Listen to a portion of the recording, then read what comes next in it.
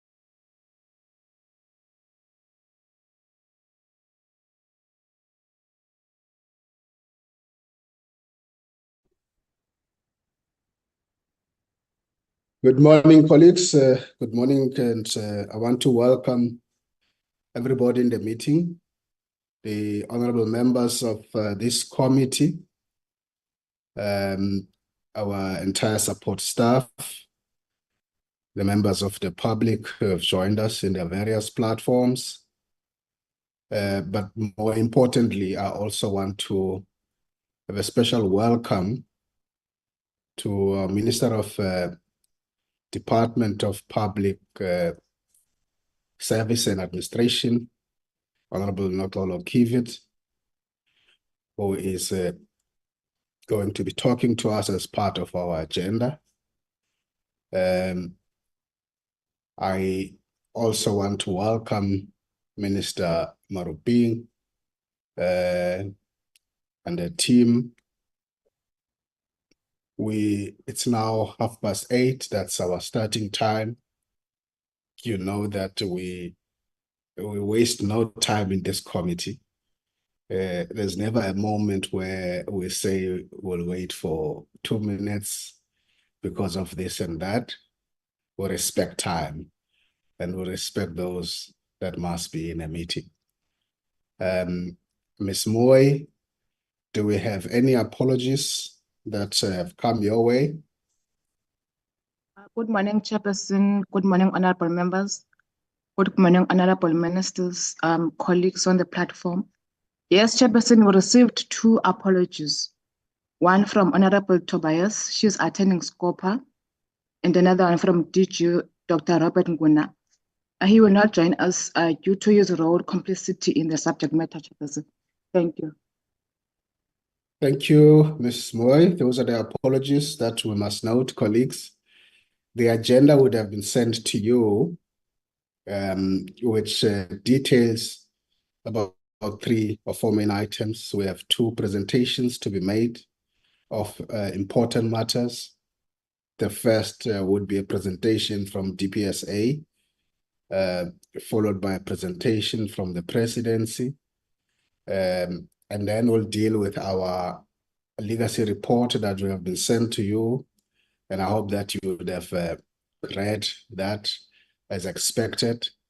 And we'll conclude our meeting with the adoption of the minutes. Those are our agenda items that would have been circulated.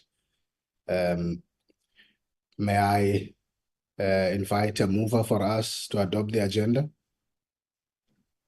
Mothapo, Chair, I move. Honorable Mothapo moves that the agenda be adopted. Any seconder? I second, Chair Piri. Honorable Piri seconds. Thank you. Agenda duly adopted. We're now going to proceed to our first item on the agenda. Let me again welcome you, Honorable Minister Untitled Chapter, our Minister of Public Service and Administration in the Republic, to appreciate also that the moment we wrote to you and requested that you be part of this meeting, there was no hesitation. We got confirmation, and you are here with us today.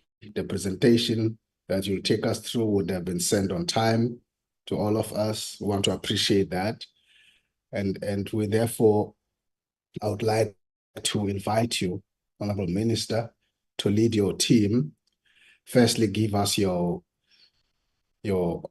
remarks, and then be in a position to delegate, if you have to anybody who must take us through this presentation. Thank you very much. Over to you, Honorable Minister. Thank you, Honorable Chairperson. Let me greet your good self, a good morning, together with the members of the Portfolio Committee. Let me also greet my colleague, Minister Marupini, as well as her team. Let me start by sharing an apology with the committee from my DM, who has been abroad on official duties. Chair, let me first appreciate the opportunity that the committee, I didn't greet the DGs on the platform and the supporting teams, both from the two departments as well as from Parliament. My apologies for that. My mind is already on the subject matter. Thank you, Honorable Chair, for the opportunity you present to us to share with you the work we are currently doing on the PMDS. We all know the challenges. I won't waste time indicating the challenges that we all know about PMDS, and being informed by the fact that the invitation to the committee is for us to share with the committee what we are doing about the challenges. Let me first start by reminding the honorable members that the NA has just about a week or so ago passed the legislation that seek to enhance the accountability as well as ensuring the environment is conducive for productivity in the public service. And therefore, those pieces of legislation are talking more to that. And the amendments thereof are meant to ensure that as we move forward, we move into a space where we improve on the PMDS. Let me also remind the honorable members that Honorable Chairperson, one of the priorities of this democratic South Africa was to create a public service that is responsive and committed to an efficient and effective service delivery. The premise of government was to demonstrate that performance in all categories of the service delivery is managed, measured, and improved. And hence the PMDS for the South African Public Service was introduced in 2001. And therefrom, it has been revised and revised. And the last revision was in 2015. And therefore, we now are in that process of revising it again, informed by, yes, the challenges, but also the areas that need strengthening to ensure that there is no, we address the areas of what we would call political, administrative dichotomy, and to ensure that such relations help move the work of government forward. And therefore, we are here to share with you there's work that we are doing together with DPME, and the presentations that will be shared with you will illustrate those areas where we do hold hands in order to ensure that what the department produces in terms of policy, it can be measurable in terms of the needs of DPME, and hence the collaboration in this work. I will therefore not waste much of your time, Honorable Chair, understanding this is a Friday. Some of us are traveling home. I have on the platform the DG, Miss Yoliswa Makasi. She is supported by her DDGs, which she will introduce. Mine is to just break the ice, to indicate that we are hard at work trying to ensure that the kind of PMDS we come up with, the product that we will be coming up with in our revised version, is a product that we all can be proud of. And therefore, this engagement will help us enhance that product. With your permission, therefore, Honorable Chair, allow me to hand over to DG Makasi together with her team to take you through the presentation. Thank you, Honorable Chairperson. Thank you, Honorable Minister, for those introductory remarks. DG, I hand over to you. You, together with your team, you have 20 minutes to present to us. This would have been submitted and read, and we come from a school that says if you have got an important idea that you cannot present in 15 minutes, that idea is not worth presenting. But we do give you 20 minutes to do that. Thank you. Thank you, Chairperson, and good morning, honorable members, and our minister, as well as the other ministers in attendance and the deputy ministers, DG Baleni and colleagues. Chairperson, I have Dr. Anusha on standby to make the presentation. However, I just want to highlight that the presentation, the report we are presenting today is an outcome or is a product of research work that has been done in partnership with DPME. The roles, in terms of the roles, the DPSA is responsible for setting the policy in respect to PMDS for HODs, and DPME is responsible for implementation and for operationalizing that policy and for coordinating all processes with the HODs and departments in respect to this work.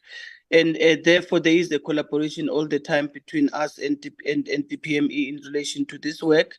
And on that note, Chair, with your approval, I would like to request that Dr. Anusha Naidu, who is the Chief Director in the department responsible for this work, be given that opportunity to present. And I want to remind Dr. Anusha of the time constraints that have been shared by the Chairperson earlier on. Thank you, Chair. Good morning, Chairperson. Chair, can you please confirm that my presentation is on slide mode and that I am audible, sir? You're audible, please go ahead. Thank you, Chairperson. Please put on presentation format, Anusha.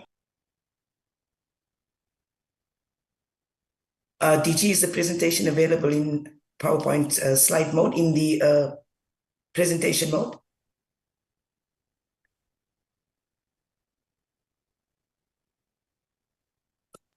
It's not showing yet from my side, Anusha, but if you've done it, I think it will show later. Thank you. All right. Thank you, DG. Good morning again, Chairperson, Ministers, Directors General, colleagues. Please accept my utmost assurance as I duly declare all protocols observed. I'm hoping that my presentation is visible And within the context, then we would be doing the introduction, looking at challenges, architecture, the cycle, contracting, and so on. Chairperson, I'm not going to dwell on this slide, but the Minister and the Director General set the scene, and I must add to this. So I think what is important at the outset is to note that the performance management and development system, which I would simply refer to as the PMDS, is in place, as Minister indicated. This presentation then and version is to bring in some enhancements to the current system to address some of the challenges that we face, and to also show the committee that we are on top of those challenges. Together with the DPMA, there were surveys and questionnaires and interviews conducted with HODs as well as colleagues in the field. And this presentation then is in part emanating from the outcomes of such investigations. So the presentation is work in progress. We're still in the development stage. We now go into an incubator phase where we test and then improve for full and final implementation. We will also take the presentation to other governance structures, as we have been doing, including the FORCID. Our aim then, as I move on with the slides, is to acknowledge good performance in the public service, is to put in measures of accountability for poor performance. Just a pause there. Just a pause for a moment. Honorable members are requesting on the chart that you put it on slide mode. We normally in our meetings, 5 minutes before the meeting, have our secretariat and the presenters checking those things so that they don't disturb our presentation in the middle of the meeting. But can you fix that? We will add a few minutes for your time. Just put it on slide mode and then proceed. Chairperson, I do have it on slide mode again. Is it visible, sir? Only now. Go ahead. Well, thank you. Thank you so much. Thank you. And my apologies for that, Chairperson. So we would also look at putting in measures of accountability for poor performance, and some of the tools there will be monitoring performance of departments that we already do. So we would request poor performance reports, analyze those reports, put in measures, etc. We use the FORCID as a monitoring tool, as well as the GSKID and the heads of department meetings that the Director General has actually implemented once a month. But as I progress with the presentation, Chairperson, then we would look at that. Now, as we know in the introduction, Cabinet approved the framework for the professionalization of the public service. One of the 5 key critical pillars of the framework is effective planning and performance management. Subsequent, on the 8th of August last year, the Cabinet approved the proposed changes and requested the MPSA then to issue revised directives. The DPSA and the DPME had several engagements, 2 key critical engagements, which were actually then workshops to discuss the outcomes of the interviews and the surveys on the HOD PMDS. We show the challenges identified separately below. And going on then, Chairperson, on the introduction slide, we're not going to spend time on this because I did highlight on a high level. Safe to say that this year is an election year. So the performance agreements for HODs will deviate from the April-May timeframes onto the PASB. On what slide are you on now? I'm on the 4th slide, Chairperson, through the introduction. Or unless the Secretariat could help me, Chair. I'm not sure why it's not being projected. We're still on context and the headlines for the presentation. So trying to follow you. So, Chairperson. Honorable Pillay. Yeah, just if the presenter will end sharing on her side and then reshare, because generally what happens is that she's probably seeing it, but we are not. Thank you. Thank you, Honorable Pillay. Can you through you, Chair. Yes, Honorable Mani. Yeah, just so that the presenter knows what is expectation. When it's on presentation mode, you shouldn't be seeing the slides on the left of the screen, the rest of the slides. If you see those slides on the rest of the screen, all of them, then it means it's not in presentation mode. So something is not, you see, like this now is not presentation mode. That hourglass, if it's pressed, it's not effective. Yeah, that's where the icon is. If you click that, you should then beam it all out. You shouldn't see, yeah. That's better. Thank you, Honorable Pillay and Honorable Manyi. At least next time when they come, they would know that this committee has got competent members that would themselves be presenting. Please go ahead, Ms. Pillay. Thank you, Chairperson. So when we look at the election year again, the performance agreement is due on the 31st of August. We do this then to ensure, as an example, after the elections, that we have the EAs and the Directors General or the HODs looking at the annual performance plans once again, looking at the medium-term strategic frameworks and planning processes, giving an opportunity then, as an example, for further engagement, further deliberation, and setting then the contract for the rest of the year or the performance agreement, as it were. Chairperson, then we did indicate that we're going to highlight some of the challenges within the PMDS that's currently taking place. And we would also give then some of the reforms while being mindful then of the time frame set for us. Chairperson, some of the challenges on a high level would be issues of non-compliance, lack of constructive feedback, insufficient focus on developmental issues for the HODs, sometimes a failure to constitute and finalize evaluation panels on time, the lack of communication, no consequence management, and issues of performance bonuses. Now, the challenges I presented, Chairperson, are conceptualized challenges. And in response to these challenges, we must then contextualize it. So the department has implemented several reforms to address the challenges. We do this, Chairperson, not focusing solely on the PMDS, but more in an integrated and symbiotic manner with other processes and systems within the department. So, Chairperson, without attempting to provide the wide array or an exhaustive list of reforms, I must quickly package it, though, in strategic categories in my discourse today. So I would refer to the department and the MPSA portfolio of comprehensive changes and modernization efforts to improve the efficiency, the effectiveness, accountability, and responsiveness of the public service organizations and government components. We would do this, Chairperson, aimed at enhancing the delivery of public services to our people and transformation advancements. So quickly then, Chairperson, if I were to package some of the reforms, the structural reforms would then refer to us as a department restructuring public sector organizations to improve service delivery, including the decentralization of authority through some of the provisions in our legislation. We do this to better meet the needs of our people. We look at the process reforms that are aimed at enhancing the efficiency and the effectiveness of processes involved in delivering public services. We are introducing new technologies, digitization of services, and adopting best practices. Chairperson, as a reminder, I'm still on the slide, challenges with the PMDS. And the reforms then, as I proceed, we are in process of developing an early warning system.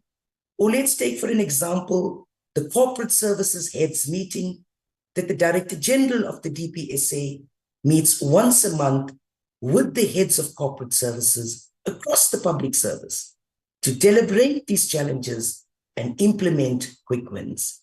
We also look at people reforms, where we focus internally on the development of human resources, building training and development programs, changes in recruitment and retention strategies. And we do this aimed at improving the workplace culture and employee motivation. We could give you several examples, one being the directive issued on professionalizing the public service for accountability. Chairperson, colleagues, in this instance, I want to explain accountability as simply public servants must answer for the actions and decisions taken or not taken. There are several policy reforms. I'm not going to go into that. My minister indicated the legislations that have been passed at the National Assembly, and those bills too will contribute to improvement of the PMDS. We look at financial reforms, Chairperson, where we are aimed at ensuring the sustainable financing of public services. As the DPSA and MPSA, we've included reforms in budgeting processes, adoption of cost recovery mechanisms, and improvement in the management of public funds. And a very simple example is perhaps the reducing of the many reports by departments. Chairperson, so these are just some of the accountability and transformation reforms that we have included then within our PMDS and other systems that will complement the PMDS. Chairperson, then when we look at the architecture, we have reformed the architecture, we've improved the architecture. We're looking at key governmental focus areas. We've attached a 10% weight to HOD's contracts, focusing on critical issues of supply chain management, diversity and transformation, and combating fraud and corruption. We then looked at the annual performance plan, the achievement of departments, in other words, the outcomes of the departments, and we used that as a validator together with the Auditor General's opinions and findings. We do this validation to ensure that the outcomes of the organizations are then in direct correlation to the outcomes achieved by the individual HODs. On the leadership of the institutions themselves, we have given a 50% weighting so that we ensure, as I've indicated, that we give effect to the annual performance plan and the annual operational plan. Now, Chairperson, to do all of that, we must have the key critical drivers that drive these dimensions and drive performance and productivity of HODs.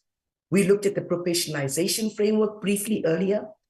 We will continue then to include measures where we continue to build capable institutions, ethical and developmental institutions.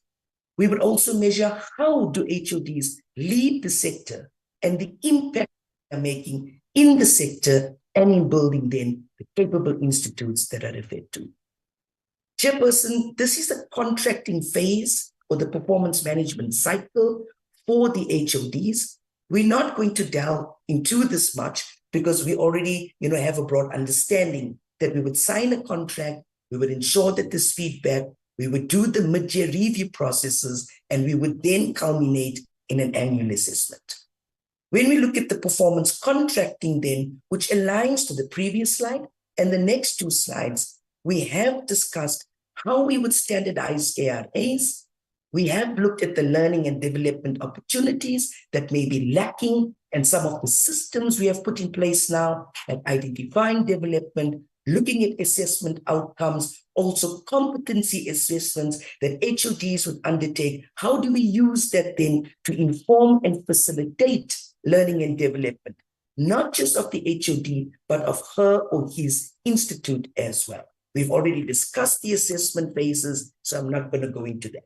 Chairperson, in the interest of time, sir, we're not going to go through the next two slides, which is just basically going into the more operational levels then of the actual PMDS system. Some interesting innovations, Chairperson, is digitizing. So we will be transforming the HOD's PMDS through a digital-first strategy. We are digitized. However, this approach will now introduce an electronic approval system for the PMDS documents. We have interactive dashboards equipped with color-coded indicators. We do this so we have real-time monitoring. I think what's also important to point out here, Chairperson, this is not for a department or a province. Such systems that we design come with their complexities as it involves the entire public service. We're also looking at a 360-degree feedback will be automated. But this mechanism, Chairperson, is solely used for development purposes and not for assessment, because we don't want to create a complex reporting system where we to introduce this for assessments, which research and science points out to us. We'll also be publishing the HOD's then performance agreements via GSID or publicly.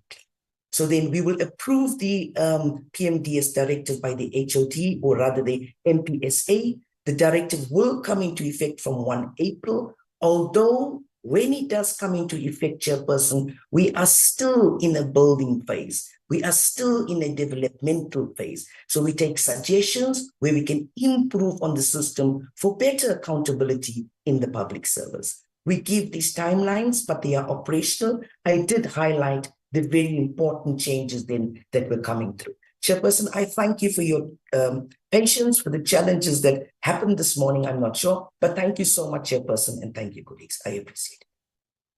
Thank you, Ms. Naidu. DG, any final points you want to add to the presentation? No, thank you very much, Chairperson. I hope we're still within the time frames that you allocated us. Thank you.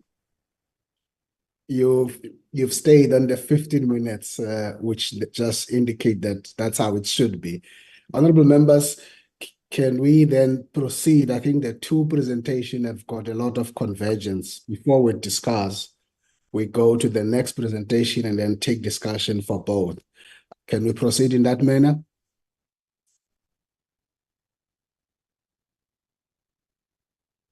Yes, Chair.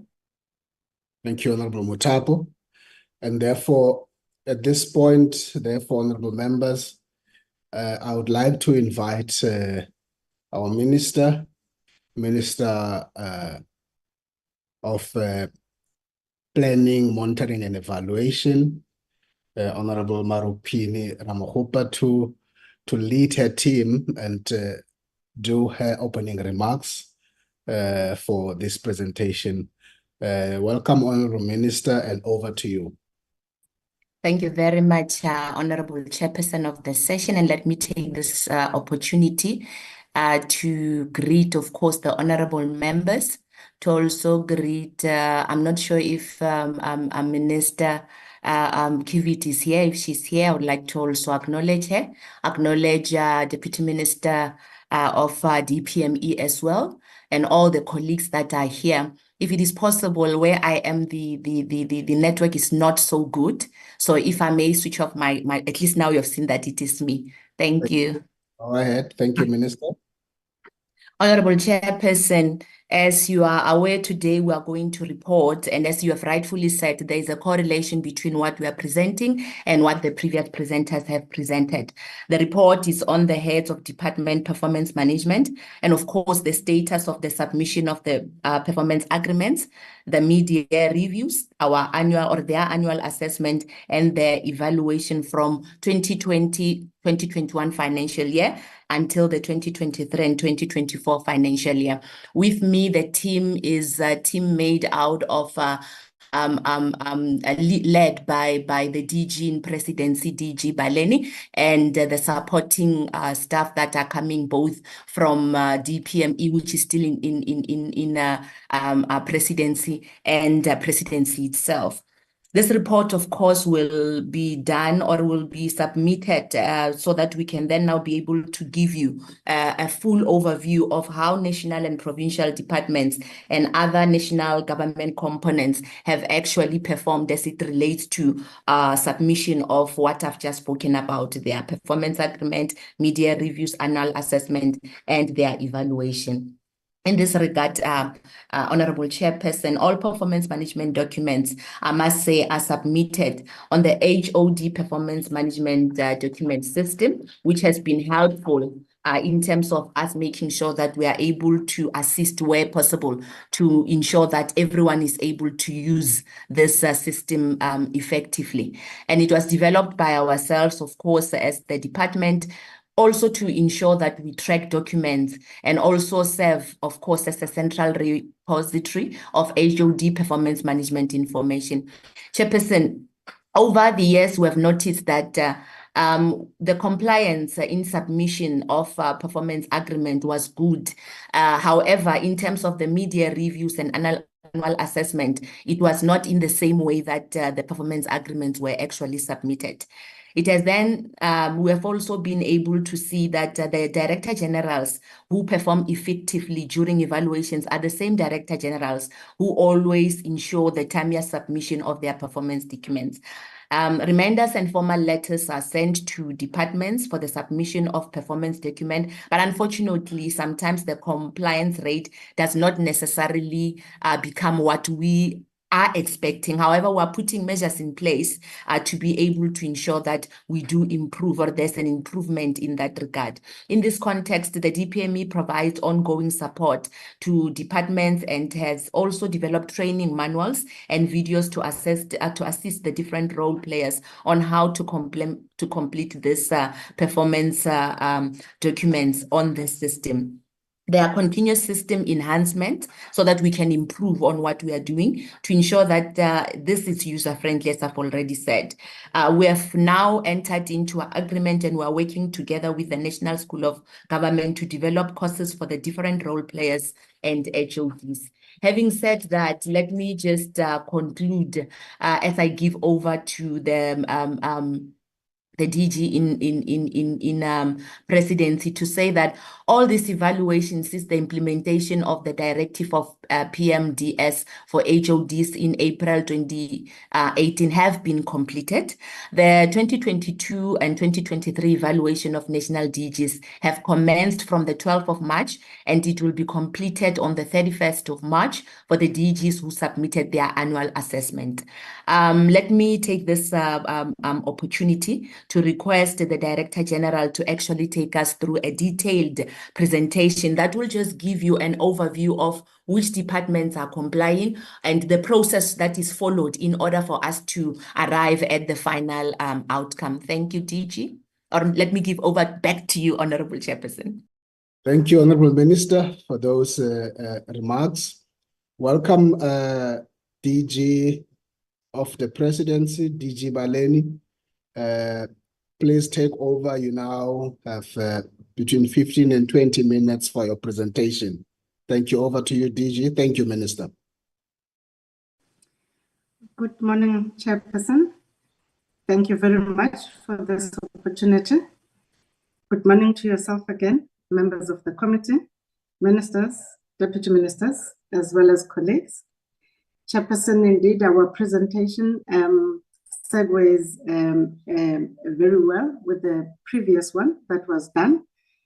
In order to save time and to be effective, we are going to skip over those areas that have been canvassed by the previous presentation. Just by way of outline, we do highlight what we are going to be covering in the presentation, and we start by indicating that we'll cover some background, and in the background we'll be selective around what points we raise. Please move the slides. We highlight who the critical role players for the HOD PMDS are, the stages and the timelines, submission status of performance agreements for the financial year 2022-2023, submission status of mid-year reviews, and then we look at the annual assessments for that particular cycle. And then we'll look at submission status for the financial year of 23-24, as well as the evaluations of the DGs. Chairperson, by way of background, as indicated, I will not canvass everything because the previous presenter, colleague from DPSA, has covered them, but just 3 points to be emphasized on the slide. Firstly, just to say that the DPME works together with the presidency on the implementation aspects. So DPSA is responsible for policy. DPME and the presidency are responsible for the implementation of the HOD PDMS for the DGs at national, in the national sphere of government. And then the offices of the Premier are responsible in each province. So, an important point to raise that the HOD PMDS has been integrated. So it integrates individual performance as well as organizational performance. And finally, that the aim of the PMDS is to monitor and manage HOD performance in order to enhance performance, productivity, and development of the HODs themselves, as well as supporting and ensuring organizational performance. Chairperson, on the next slide, I will not cover anything because my colleague from GPSA actually did that quite effectively. I will now show the portfolio committee just the critical role players, and it's an area that the portfolio committee is aware of. So I will just highlight the fact that in the middle of the slide, you have either the national head of public administration that is about to be effective once the promulgation of the acts is finalized, and in the provinces is the provincial heads of administration. And those are the role players, DPME, the executive authorities themselves, the HODs themselves, and the departmental as well as the provincial HODs, HOD PMDS coordinators. On the left side, we show the DPSA that's responsible for policy, and on the right-hand side, we show the Public Service Commission that's responsible for oversight. We have a slide that shows the stages and the cycle of performance management. However, my colleague, Dr. Anusha, covered that quite adequately. I will then dive into the performance the stages of performance agreements for 2022-2023. So on this slide, we're talking about just the submission of the performance agreements themselves, which is a requirement of the contracts of employment. In the financial year 2022-2023, we had overall 94% submission, albeit that 35% was submitted late, but it was condoned, and it was only 6% that wasn't submitted. The bulk of these were in the provinces and 2 from national.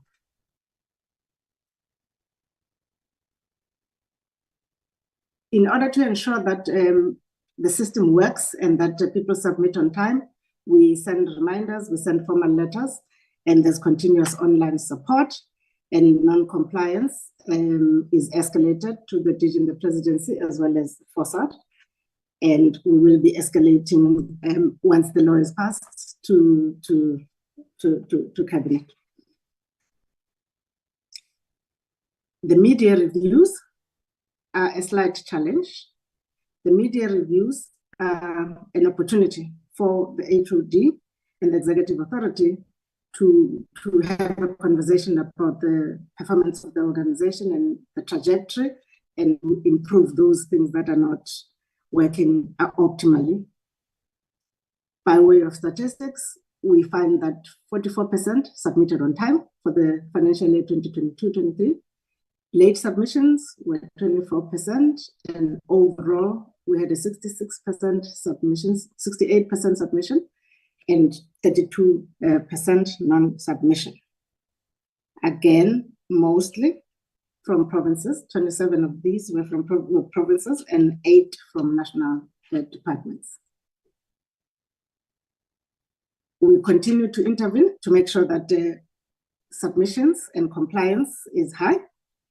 And we have now developed a standard operating procedure to ensure that we clarify the roles and people submit as soon as they're able to, but the outer timelines are complied with.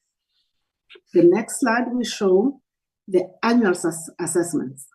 So now we've contracted, we've done media review. We are now looking at the submission of annual assessments. Again, there, not a great picture is imagined. 49% submitted on time, 3% submitted late, and 49% did not submit at all. So having contracted, the HODs would then not have submitted for the final assessments. You'd see at the bottom of the slides, we have shown, again, where the bulk of those are, and our interventions to ensure that this compliance is increased is to engage with the offices of the premiers to ensure that they make sure their provinces comply. And we have also conducted an analysis of the DG's assessment and annual assessments to support the evaluation panel as the DPME for ease of reference. For the subsequent financial year, 2023-2024, Now, this is the submission of the agreements itself. So I did 3 slides showing what happened, what was the trend for 2022, 2023. I'm now saying in 2023, 2024, the financial year that we are busy with, 57% submitted on time, 3% submitted late, 40% did not submit. Again, the bulk are from provincial departments. There are that many, and 6 were from national departments. In terms of the media reviews, again, we're sitting with a picture that shows that we're still in the 60s by way of percentage of those that submit. So we're now looking at the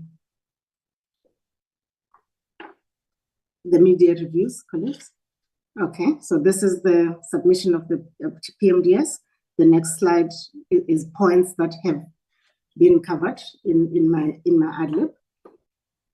We now show just a graph and a trend of what we have been seeing. We haven't managed to plot it all the way through to the current financial year or to the last financial year that we evaluated chairperson.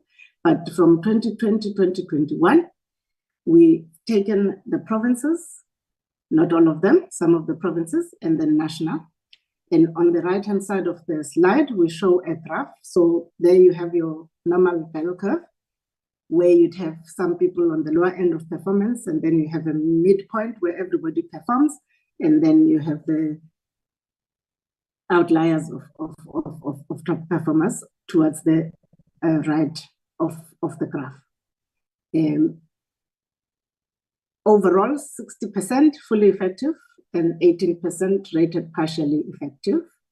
And we are aware that it does add up to 100% because only 10 were highly effective, as I indicated. It's a normal bell curve. If you move to the next slide, colleagues, we are going to show you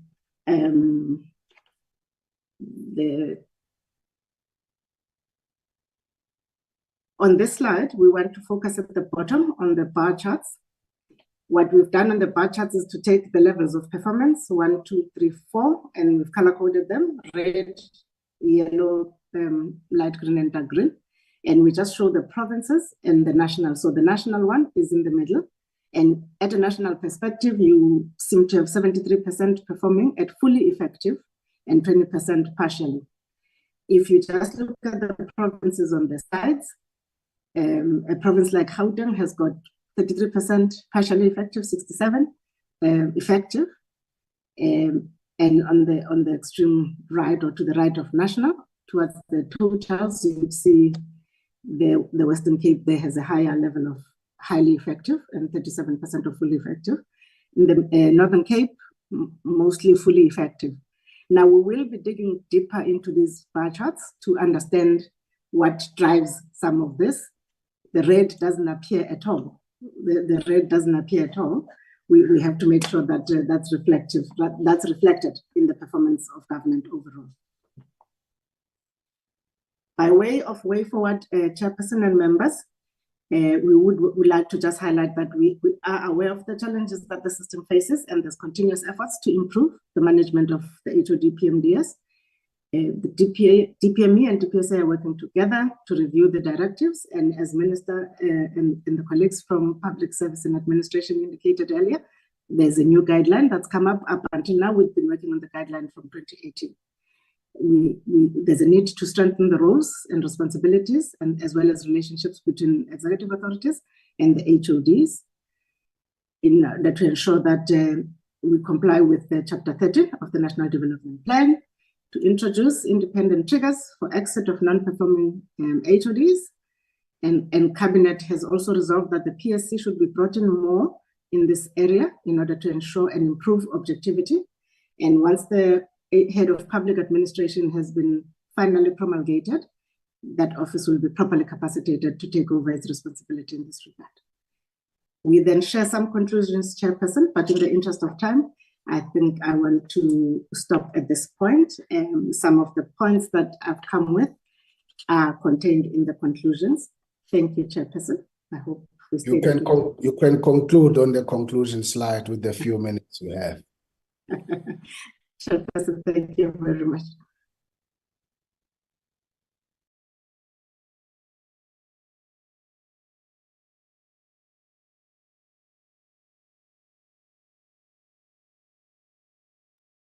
The Chairperson, I really have no need to repeat what's on the slides. I think the point has been made. Thank you very much. Thank you, DG Baleni. And thank you for those presentations. Honorable members, you have received these submissions, read them, made your own notes. You have listened to the presentations today. I now invite you to interact with both presentations. Let me note your hands. Honorable Pillay, followed by Honorable Manyi.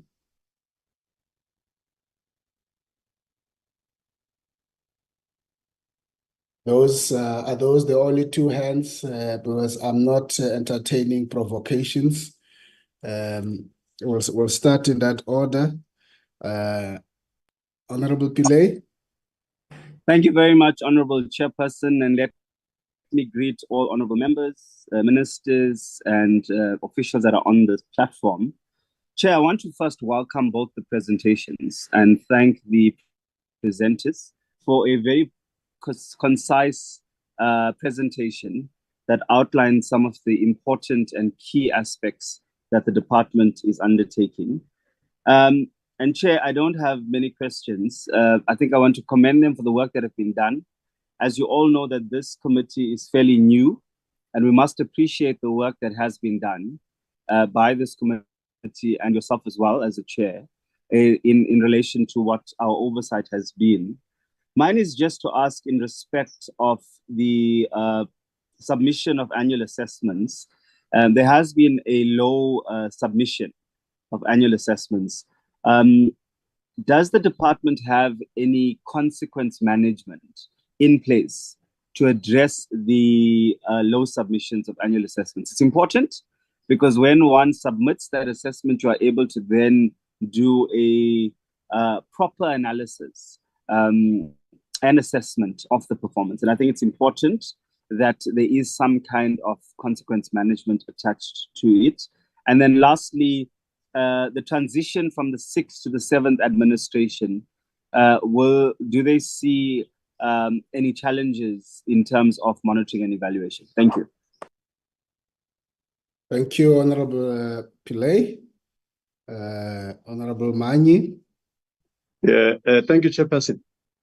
Firstly, let me welcome the presentations, and there's been already said they were succinct and very clear, professionally done and all. So well done to all those that put these documents together.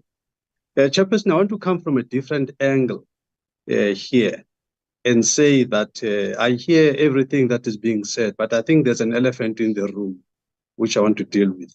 And the elephant in the room, in my view, is what I would characterize as the legislated politicization of the administration. I have a serious problem with this, Chairperson. I mean, if you go to Section 9 of the Public Service Act, you will see that the original powers of human resource vest with the minister.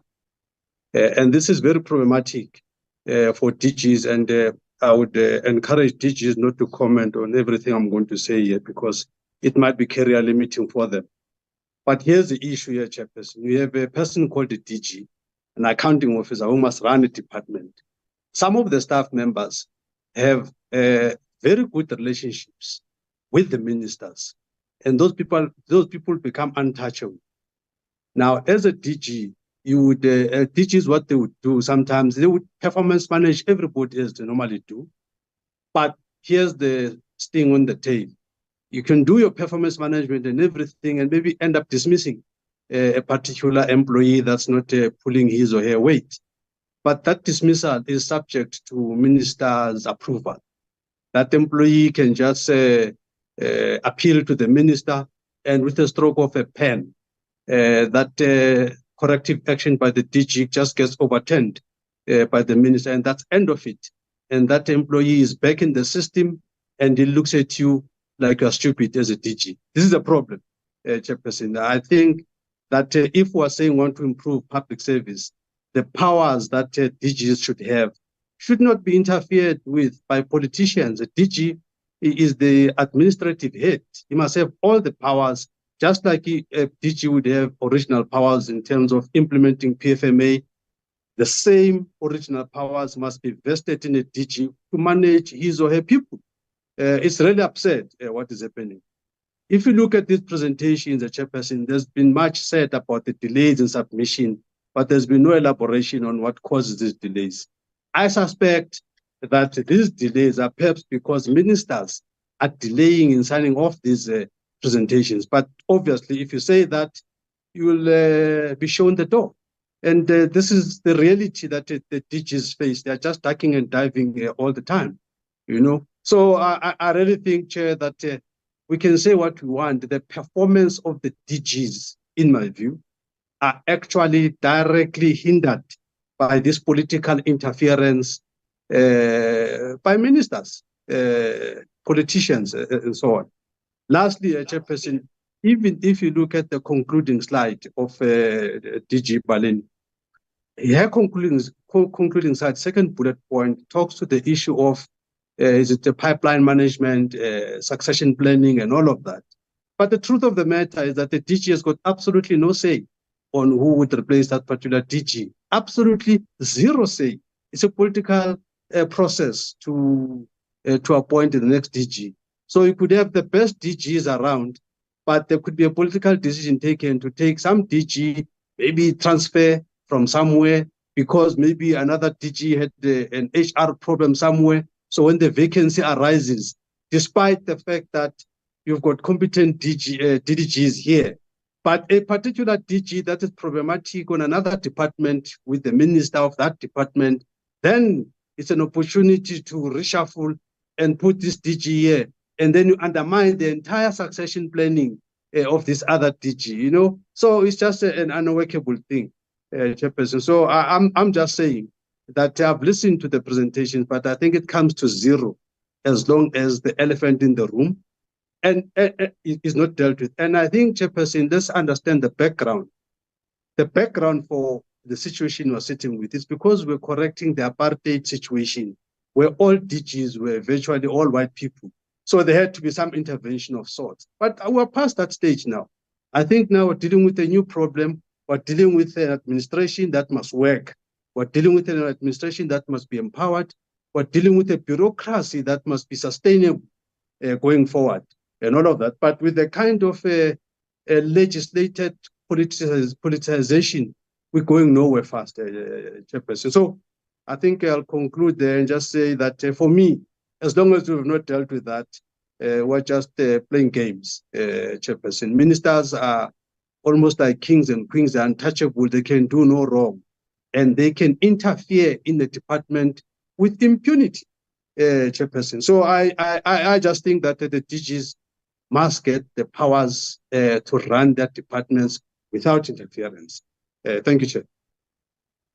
Thank you, Honorable Mani, for your contribution. Honorable Yabo. Thank you very much, Honorable Chairperson. Please pardon the noise in the background if there's any on your side. I was traveling this morning. Still am. Let me greet the ministers on the platform. Let me greet the Director General in the Presidency and all other officials that are in the meeting, senior officials that are in the meeting. Good morning, honorable members. Chair, let me preface my contribution by saying power corrupts. Absolute power corrupts absolute. There is a reason why we have checks and balances in the state. It is to ensure that at every turn, we are able to account for whatever powers that are granted to individuals to ensure that we don't find ourselves back in a period where there is abuse of power or that there is unfettered power granted to any one individual. Having said that, Chair, I want to speak to part of the problem we have, a problem where officials who may be deemed as delinquents, those who may have done wrong things, those who may have been charged and might be going through processes to review not just their performance, but the wrong things that they may have done. And this is including HODs, directors general, and CEOs. When the executive authority holds them to account, that some of them would resign with immediate effect, and over a period of time or a passage of time, they then resurface elsewhere. What are the mechanisms that are built into the performance management system and framework that has been presented to us today to prevent such occurrences, where you find a person who has been disciplined in one organization, one department, vumbuking, I'll use the word to vumbuk, but to put it in English, resurfacing in another area of responsibility, sometimes in an even bigger responsibility. What we have that is built into this performance management system that prevents that occurrence. And I think for me, Chair, this is an even bigger elephant in the room, because these are people who squander money, sometimes fruitless expenditure, wasteful expenditure, and all sorts of malfeasance under their watch. And then they are left to live with just a slap on the wrist. They take a dive before a disciplinary process sits. Some of them, their actions are even criminal in nature. They are not pursued and they resurface elsewhere. That's a problem we need to address, Chair. And I think there must be a mechanism spoken to in this regard. Without wasting any more time, Chair, thank you very much. That's my input. Thank you, Honorable Iabo. Is there any other member that I'm missing that wants to make an input? Honorable Mutapo. Thank you very much, Honorable Chairperson. Let me greet Honorable Minister, Honorable Minister Kivit, and colleagues and officials. Let me follow my colleagues and commend the two departments for this wonderful, concise presentation. Chairperson, I only have two questions and one comment. What I would like to know, the slide dealing with evaluation. I want to know the interventions which are put in place to assist HODs which are partially effective. And I heard Honorable Minister Ramokgopa talking about National School of Government. And then what role is it playing, if any, in answering in addressing the issue I raised above? Thank you, Honorable Chairperson. Thank you, Honorable Mutapo.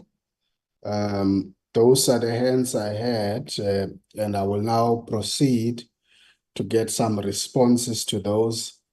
May I start with DG and Ms. Naidu, followed by DG Baleni.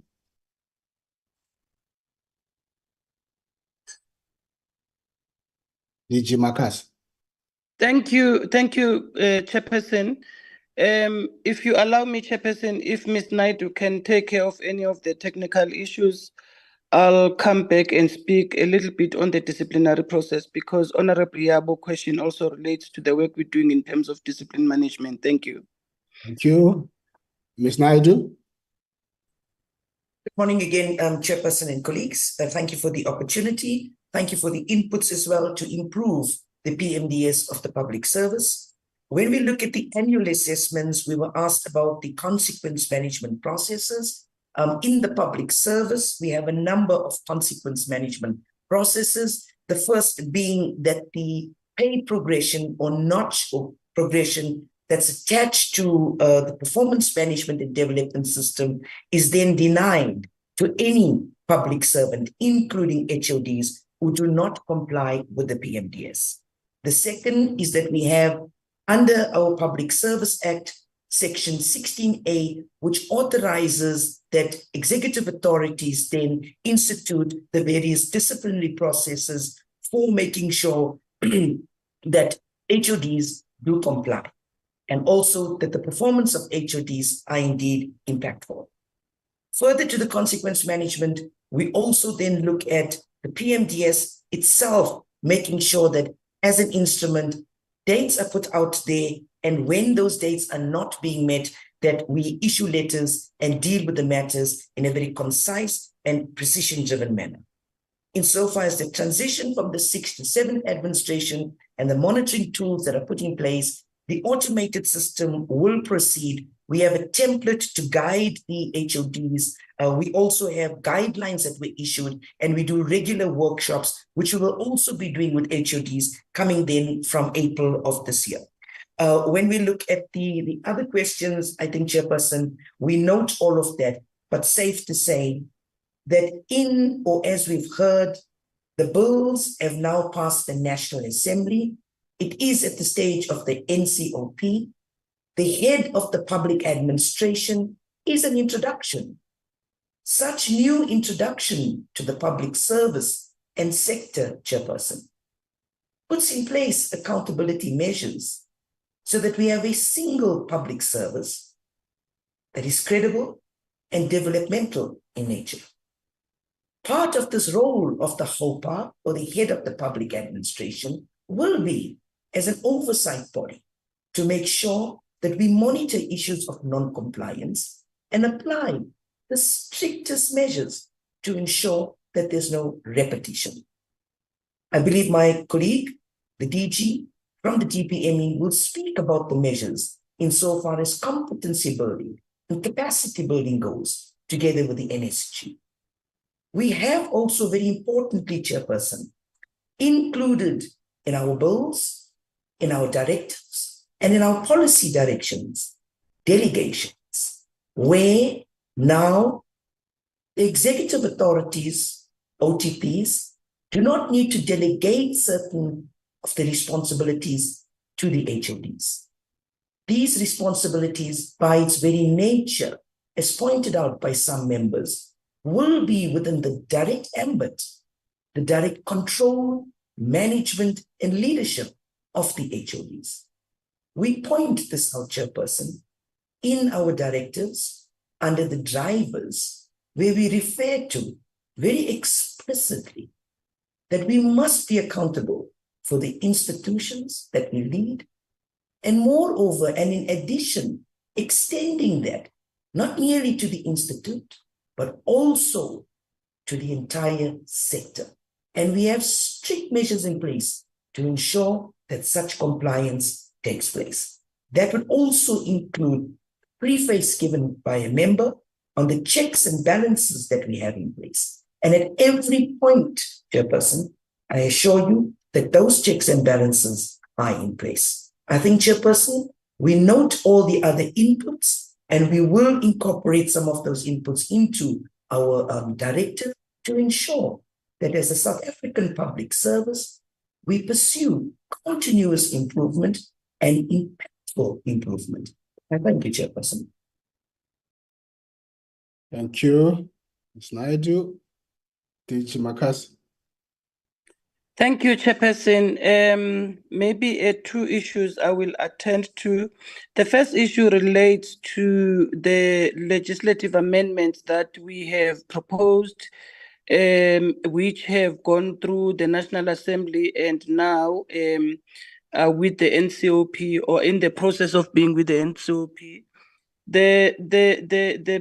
One of the key amendments relates to delineation of roles and responsibilities. I think 30 years into our democracy, there's been a number of lessons that have been learned, and you would pick up that some of those lessons have ensured that the changes or the proposed changes that are in our bills align to the current context. So the issues raised by Honorable Mani around the delineation of roles and responsibilities, I think to some extent is being taken care of. There is a specific amendment that talks to DGs being responsible, DGs aligning the PFMA, our Public Service Act, with the PFMA, and ensuring that DGs take full accountability for operational matters in the departments, including recruitment, which is an operational matter, whilst ministers focus on policy and strategic matters, whilst rather EAs focus on policy and strategic matters. So that's the first issue I would like to address. The second issue, I think, is from Honorable Yabo around what measures are being put in place to deal with some of the issues related to people implicated in misconduct and other forms of disciplinary issues. The performance management system mainly deals with the performance of people once they are in the system. However, it is complemented by other mechanisms that we have put in place in the department. We have an entire disciplinary process for the public service that we're using for national and provincial government, which is the space that we're mandated to operate in. And so those issues are dealt in line with the disciplinary processes. We also are working on a central register, which is a deliverable agreed by the minister and the deputy and the president, around putting together a central register that tracks disciplinary cases across the system from national to local government. The first phase of that will be operational from the 1st of April, which takes care of national and provincial department. The second phase will include a local government. We're still working on some processes with local government, understanding the autonomy of local government and the various systems that they are utilizing in local government. So there's work that's happening there. We are also in engagements with the public protector in relation to tracking and tracing those people implicated in the reports of the public protector who may end up in the public service and nobody's aware of that. So there's some work there that we're doing with the public protector. And lastly, Chair, on our recruitment processes, we do what we call personnel suitability tests, which includes verification with the police and other mechanisms in respect to the recruitment processes. I can tell you, Chair, that I have witnessed a number of proposed appointments, either at DG or DDG level, not going through even to the stage of cabinet. If it goes through to the stage of cabinet, being returned by cabinet because of some of the misconduct issues and the reports that have been picked up that require attention before a person can be considered. So there is work that is being done, but on an ongoing basis, we work around strengthening this particular work. Thank you, Chairperson. Thank you, Ms. Makasi. DG Baleni. Thank you, Chairperson, and we thank the members of the Portfolio Committee for the questions that they've asked and the recommendations they've passed. Chairperson, I think my colleagues from DPSA have dealt with the bulk of the questions that relate to policy issues. I'll just deal with the last one that talks about what do we do to deal with issues of partial effectiveness of directors general. So Just firstly to say that the system itself is called a PMDS, so it's Performance Management Development System. So that D part is about the development of the individuals that we sit with. In any environment, there's always a question of how competent you are, and that's why you have a competence framework that talks to whether people are intermediate, advanced, or expert in their competence, but also just the ability to perform. So the first step is counseling of the individual. Counseling, coaching, mentoring, and as my colleague from DPSA pointed out, training through the National School of Government to augment. If all those fail, you then go to the next stage, which would be a disciplinary system. But even the disciplinary system of the Republic is more developmental and as opposed to be punitive. So where you start with a DC, you must give an individual an opportunity to correct the malfeasance or the wrong thing that they've done. So if it is performance, you must still sit with them and counsel. So there are 4 stages that you have to go through when you discipline a person. It is the counseling aspect. You give them warnings. You then give a written warning. And only as the last measure, you would then run the actual disciplinary process of charging and getting presiding officers and all of that. So the first 3 stages also and almost enjoin the system to counsel and work on getting individuals to improve. Hence, it is important that people comply with the submission of performance agreements, and that midway point of review gives the opportunity for challenges that relate to implementation to be identified, because sometimes people don't perform not because they are incompetent, but because of the ecosystem. And some of the issues can be sorted out by the executive authority, and the executive authority in a midterm review would then say to the accounting officer, what can I do to assist? What in the system is blocking you? And once all of that has been cleared, and it is clear that it's the individual's problem that they are not performing, then you can discipline and exit out of the system. I hope that I covered that adequately, Chair. Thank you. Thank you, DG Baleni. Honorable Ministers, your final comment. You have listened to members and your team has given responses. I now want to invite you to give your parting shots on all of these matters. Honorable Kivit, I'll start with you. Thank you, Honorable Chairperson, and let me thank the honorable members for the kind of rich input and comments that they would have made in this presentation. And I would first start by allaying Honorable Manyi's concerns and fears and indicate to him that the fact that his preface was to the fact that DGs must not necessarily respond to what he would have said, probably for fear of victimization or of career limiting action. And I would want to say to him that we've gone past that stage. The legislation that Parliament has passed through the National Assembly, they now have delineated their responsibilities, administrative responsibilities of running a department are with the DGs in the current legislation, and therefore those fears will be something of the past.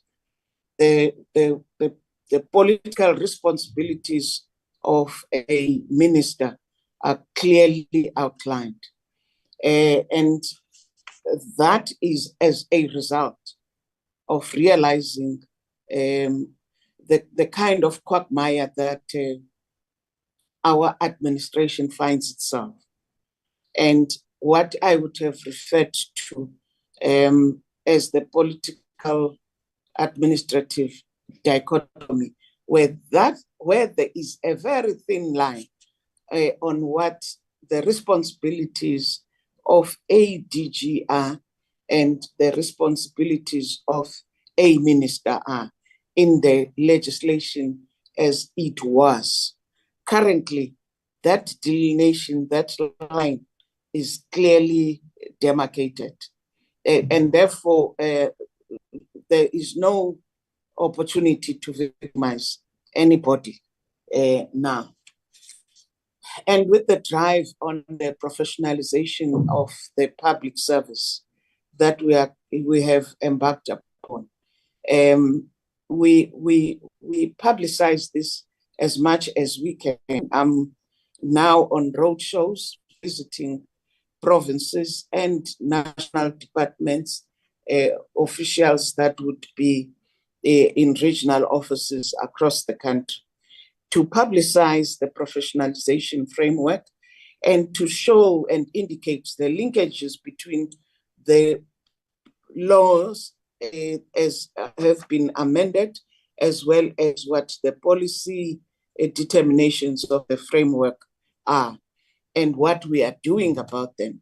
So this is part of a whole package of reforms that we have started to embark upon in the public service.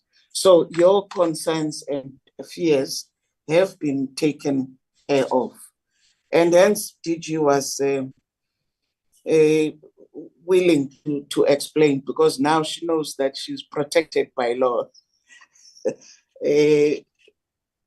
Let me also indicate that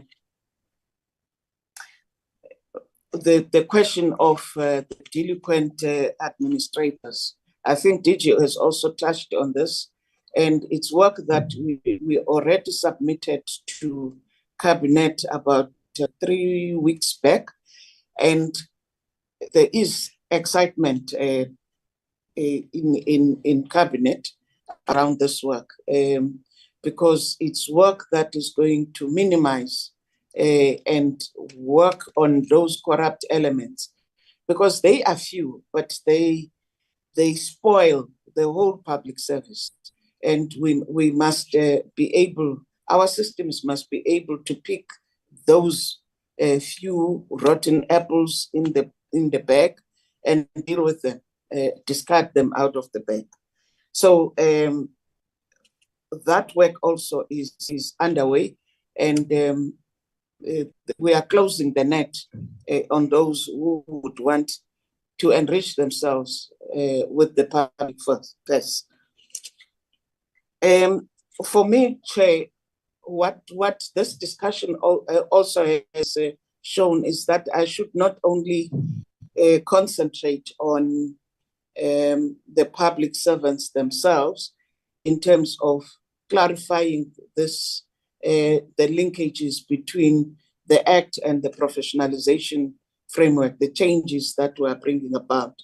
It then means there must be some rigorous communication publicly, as well as even in Parliament itself, because even during the debate on the two bills, you could pick this up that members are not very confident or very clear on what these changes we are bringing are about.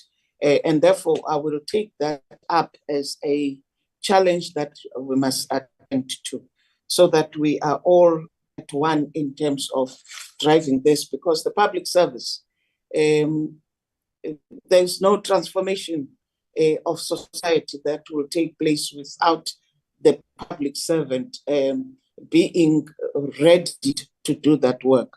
And therefore, for me, and creating that space for that work to materialize. And for me, that's very crucial, to make the space and the environment conducive for public servants to drive the transformation agenda as expected. So mine is to really thank the committee, yourself, Chair, as well as the honorable members for affording us the opportunity. I always say coming before a parliamentary committee helps you enrich the kind of ideas that would you have had, and also opens your eyes where there would have been a blind spot for you to be able to identify that area. So I really want to thank you and our presenters for making us proud, and thank you to you all. Thank you, Honorable Minister. Thank you, Minister, for your response on those issues and the commitment just indicated to the committee. Thank you very much. Our Honorable Minister Ramokgopa. Thank you so much, Honorable Chairperson, and let me thank also the honorable members. I'm going to switch off again. I would like to echo, of course, the sentiments of Minister Kivit in thanking this portfolio committee for the constructive comments that they bring every time when we come to appear before you. As you rightfully said, this committee is still new. It means that even from our side, whatever it is that we put in place in terms of system should be informed by the issues that are raised here in order for us to enhance whatever it is that we are doing. And of course, the colleagues have spoken to the technical issues that have been raised. I don't think that there is much from me that I would like to say, but I must just then now be able to also say that we have also decided that when we do assessment of ministers, we will not only look at the issue of their institution or the performance of the department, but we will also have reference to the performance agreement with their DGs. That would then now be able to assist us to forge a better and smooth working relationship to then now say that when you're accountable as an executive authority, you become accountable even to your administration subordinates. Having said that, I would also like to just reiterate the issue that the separation of roles is something that we are committed to.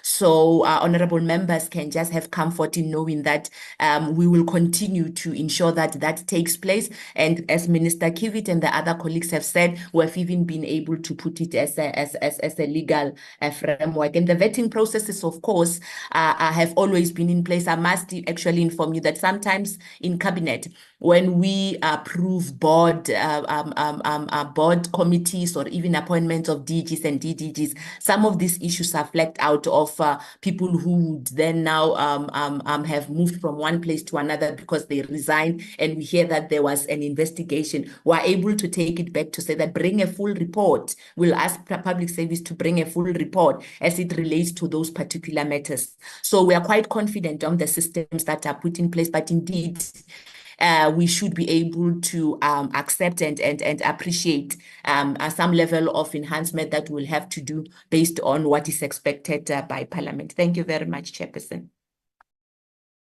Thank you very much, Honorable Minister Ramokgopa. And let me take this opportunity.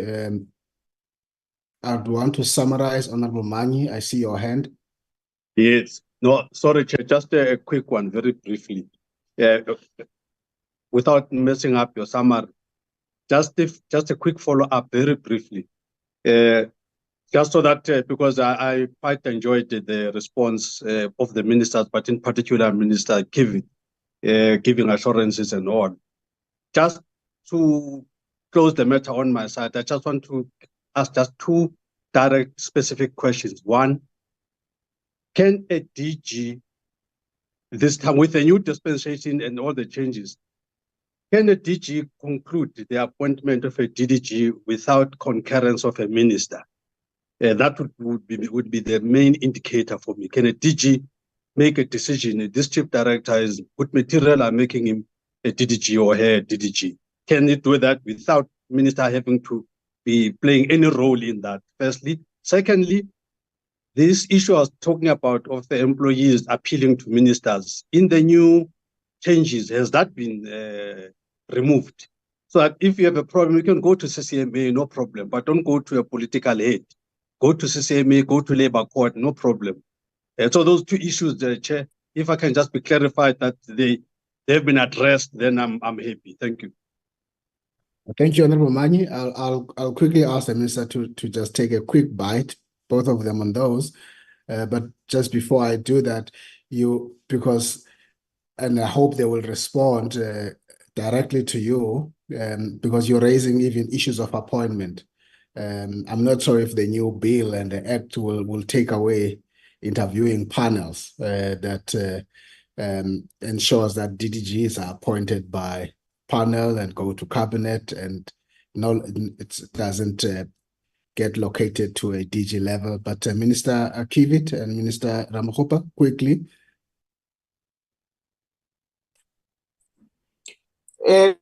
I thank you, Chair, and thank you to Honorable Manyi. I did get the first question. What I did not get is the second one. There was just a break on my side. My network is a bit thin. But on the first one, where he's asking about a DG's ability to appoint a DDG. No, a DG cannot alone appoint a DDG. A DDG there are reforms in how we set up the panels that now will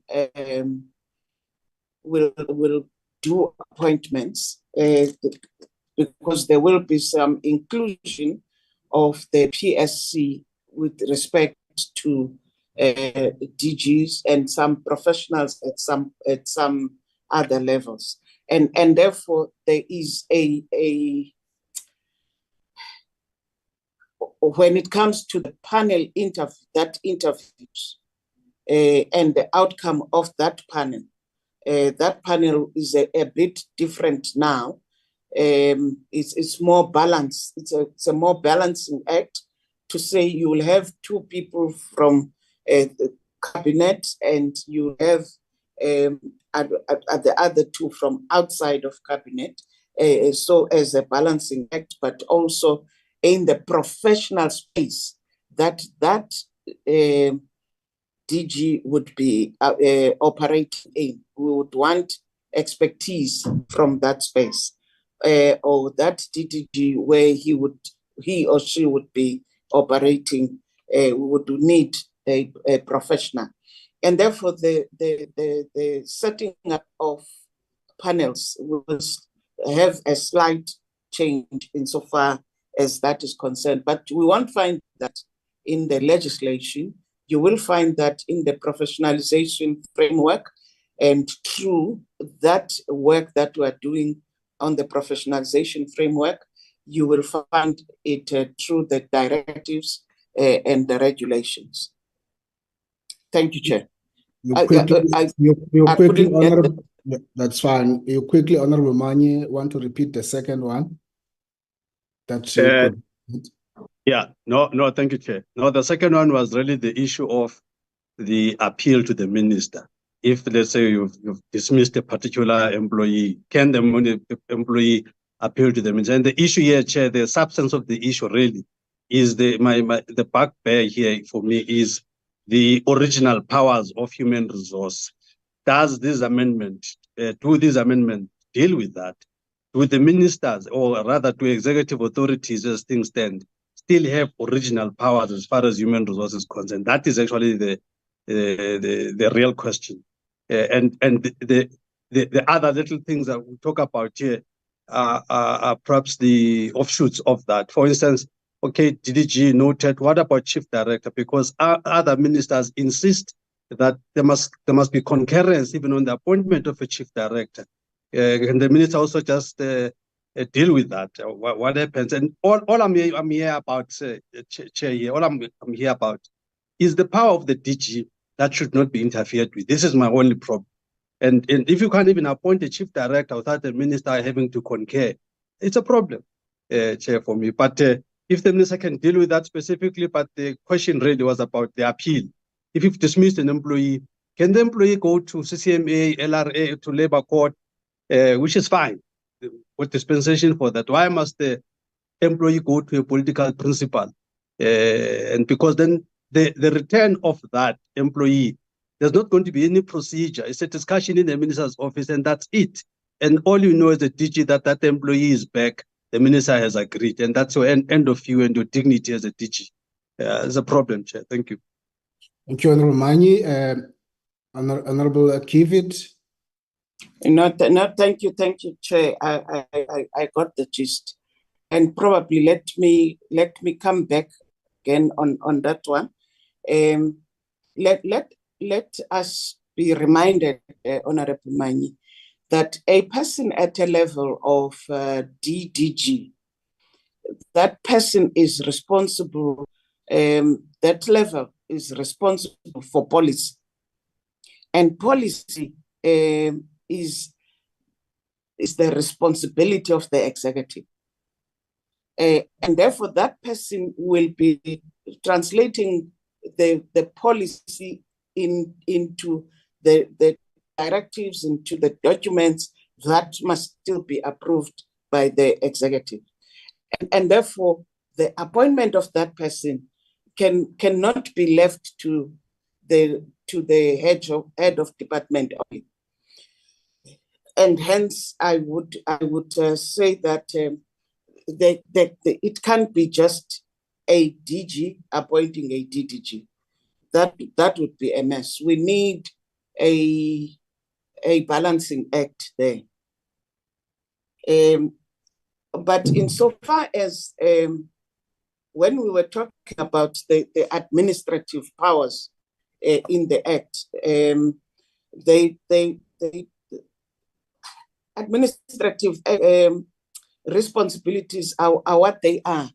We are saying in line with also what, in the similar way PFMA does, we do the same in directing that administrative actions that the DG be responsible for in their entirety.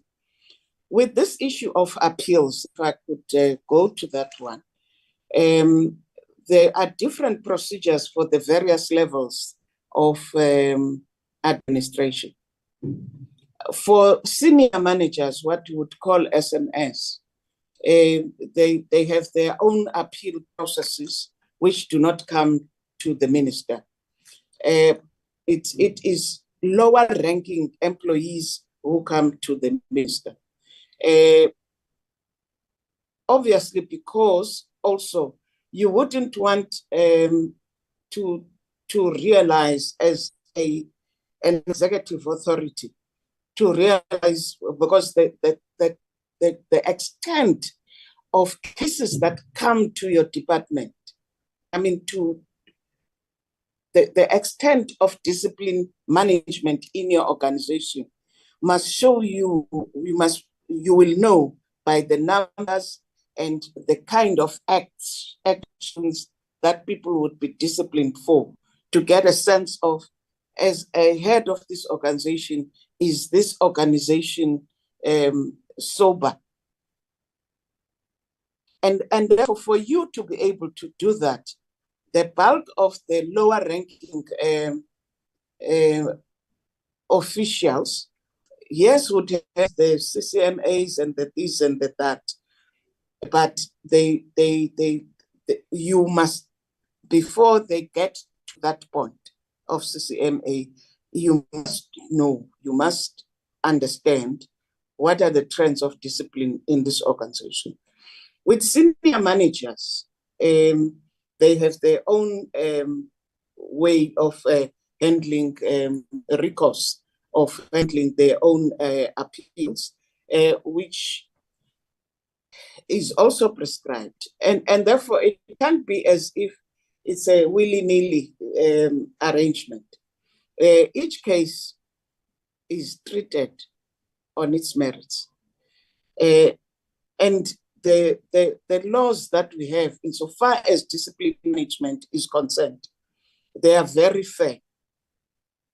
Because a person can appeal to this, from this structure to that structure, from this one to that one. And for me, that shows that that it's the checks and balances that we need in the system, but also it provides an opportunity where if there was any area overlooked at the lower state or the earlier stages, those who would handle the matter at the higher stages would look at the matter in a manner that helps ensure that there is confidence in the system of discipline. So I may have taken long, but I think we need to understand these issues in the context. No right-minded minister would just because they like one employee in that corner, they will just take that employee back just to spite the DG. I don't think that would be a leader fit enough to be a leader of a department. Thank you, Chair. Thank you. But also, yes. Just the last one, we must also be reminded that when we were talking about the register, we are reviewing the whole system of discipline, but also the register will be part of that, because also that what we would have formulated to ensure fairness in the system, you do get it being abused now, which is a new challenge, that a person will appeal to this structure and this structure at the same time, because they would know that this one will delay and that one, I'm taking my chances. When they see that the case is going this direction, they will drop that one and take another, which we call forum shopping. Using various forums to fight their way. And unfortunately, most of the cases that go that route are corruption-related cases. So we need, as we review the discipline management, we also need to be sensitive to what is happening on the ground and be responsive. Our system must be responsive to what is currently happening. Thank you, Chairperson. Thank you, Honourable Minister. It was necessary to have that response, and long as it is, we appreciate that it helps. And maybe as a follow-up outside of the meeting and perhaps in writing to us, you can indicate the further levels as to from a chief director and a director, and this is how it goes. This is the involvement of the DG, DDG, and whether there's concurrence needed to the minister. We can get that to just for completeness. Any additional points, Honorable Ramokgopa? No, I think the minister has covered everything because it's mainly in her department. Thank you. Thank you very much, Honorable Minister. Colleagues, I think this has been a rich discussion. From the presentation, the key issues raised, very pointed issues raised by the members, and the direct responses to those from the presenters and the ministers. I think we appreciate that. It's clear that this discussion demonstrates that in both instances and in both portfolios, there is work under construction that is being undertaken, which seems to be pointing towards building a bridge towards the 7th Parliament. So we were able to see that kind of emerging. There's also quite clearly coming out of this that we remain with a number of challenges. But what is pleasing is that as the minister were responding, there seems to be a very conscious level both portfolios are alive to those challenges, and there's something being done in terms of those. And I think going forward, as part of your takeaway and our homework, I think a number of issues have been raised, which you have responded to. Issues of a very decisive consequence management for the low submissions that are reflected in the presentations. You would have responded to the question of this possible interference by the executive authority that the new bills, when they are enacted, would remedy some of those. You've been very clear in terms of that clean up, that there is a delineation of the roles and tasks so that to put our mind at ease. But very strongly, I think members are raising that you would need to deal in a very collaborative way, integrated way, and coordinated way with the genesis of the delays that we have, so that we nip those in the bud, and to build better competencies in our system. But also to continue to make decisive interventions on many of these malfeasance that are happening in the space. And I think with that, as a committee, we're happy with the presentation as indicated by Honorable Manyi. Yes, there's homework to be done, and I hope that from the side of the two portfolios, you are going to take up some of the issues that were raised, so that next time when you come in front of this committee in the 7th Parliament, there must be a movement change and qualitative change in relation to those issues. And with that, I want to thank you, both our ministers, DM Kekane, who's with us, your DGs and their teams, DG Baleni and DG Marcus. Thank you very much for spending time with this committee and accounting in terms of the work that you do. It's a pity this committee started late. There's a lot of interaction and challenging probing that one feels you must just embrace and be ready for that. Thank you very much. With that, I would want to thank you as we proceed to the next item, which will deal with the matter of the legacy report and our minutes, which are more committee issues. You're welcome to sit there, listen and observe, but you're also free, given the fact that you might be very hectic in your spaces. You're also free to take leave of us, but we appreciate. Thank you very much. Ms. Moy, can we now proceed to the next items? Thank you, Chair. Thank you.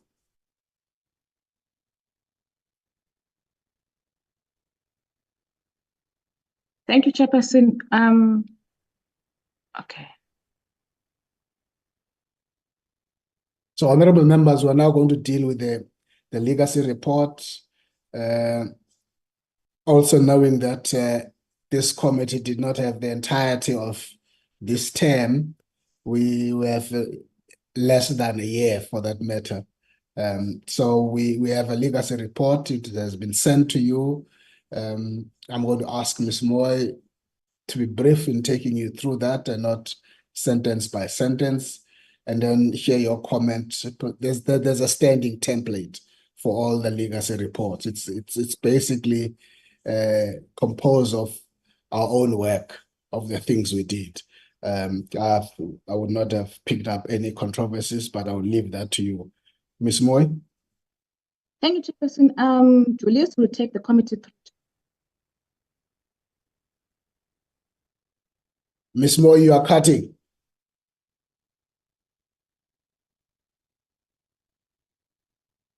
Chairperson, Julius will take the committee through. Okay. Good morning, Chairperson. Good morning, honorable members and colleagues on the platform. Chairperson, I believe members, they can be able to see the draft report as projected on the platform. Chair, as you have indicated that we should not read sentence by sentence, like it has been a standard procedure in this committee that will look at the critical areas. So, Chair, I will just go page by page. If members have noted any error or maybe they feel that we need to expand more, then the members will just indicate.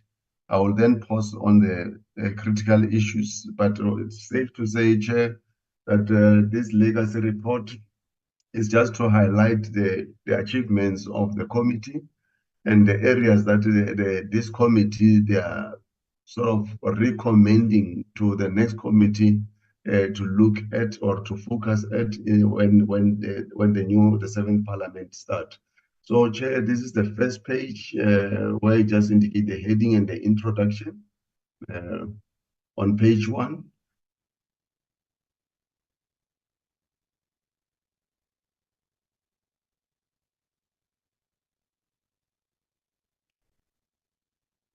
In page 2, that's the purpose of the legacy reports and the key highlights.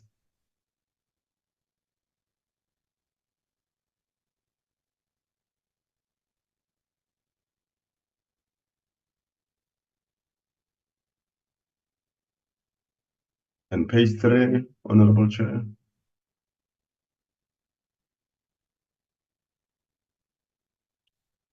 And then page 4,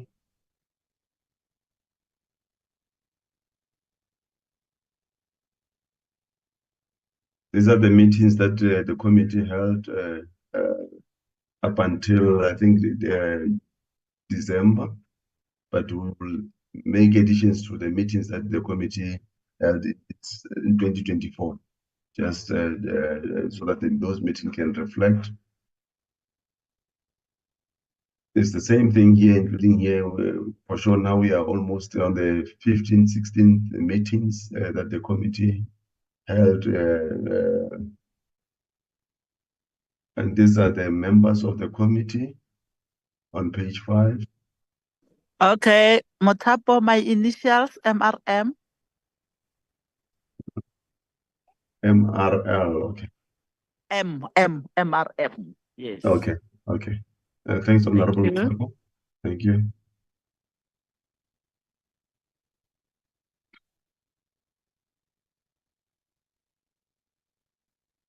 Okay, on page, now on page 6.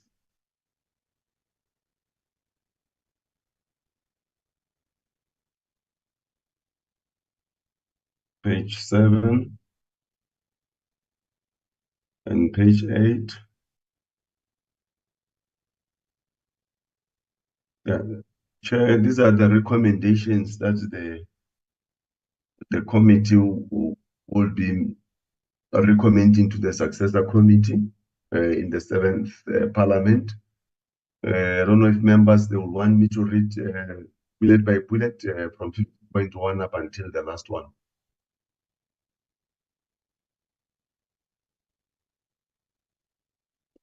But the first one, the first heading is about the legislation, Development Planning Framework Bill for National Planning System. And just to highlight, Chair, if I may just look at the most critical without reading the entire, well, just to highlight the most critical part, Chair and honorable members. The committees sort of recommend to the successor committee to continue to put pressure on the department to finalize the bill, as this legislation was on the pipeline for more than 5 years.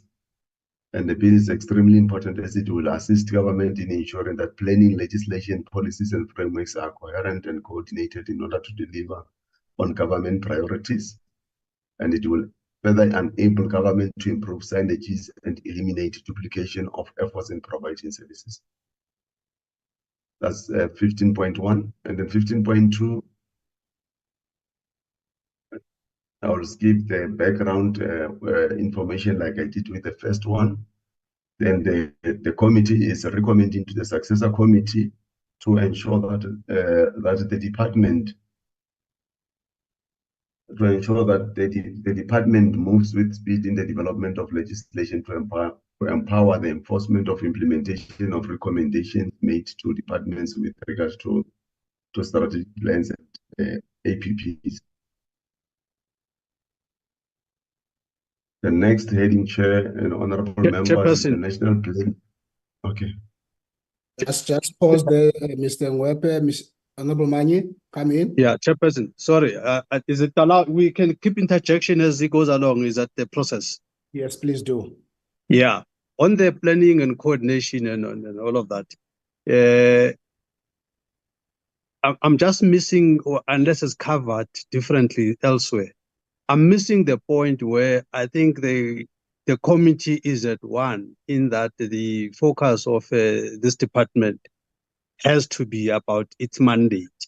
Has to be about its mandate in terms of monitoring what is happening in these in all the departments basically, and I think I'm not alone in observing that the department's reports to the committee have been largely about what to call it, internally focused in terms of the department itself, how it's been doing whatever it needed to do, but not much about how the other departments are performing. For instance, the point that we kept on making, I don't know how it's captured in this.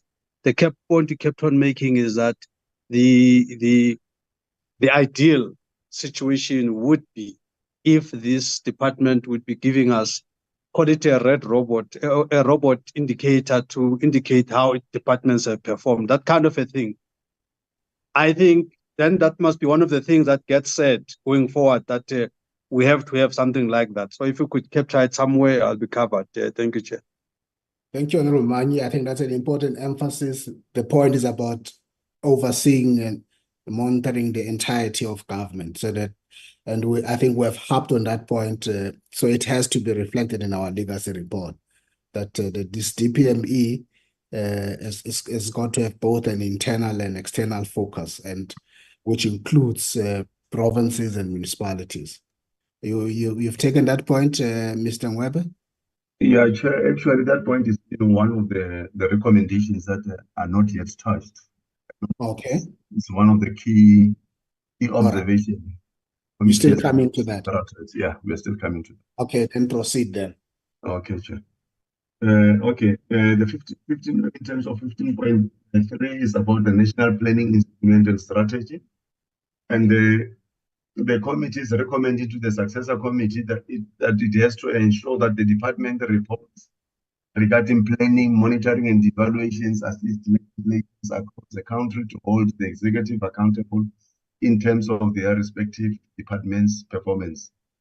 And the successor committee has to ensure that the department develops monitoring tools to measure indicators of the medium-term strategic framework, since the development indicator do not include all indicators containing the medium-term strategic framework.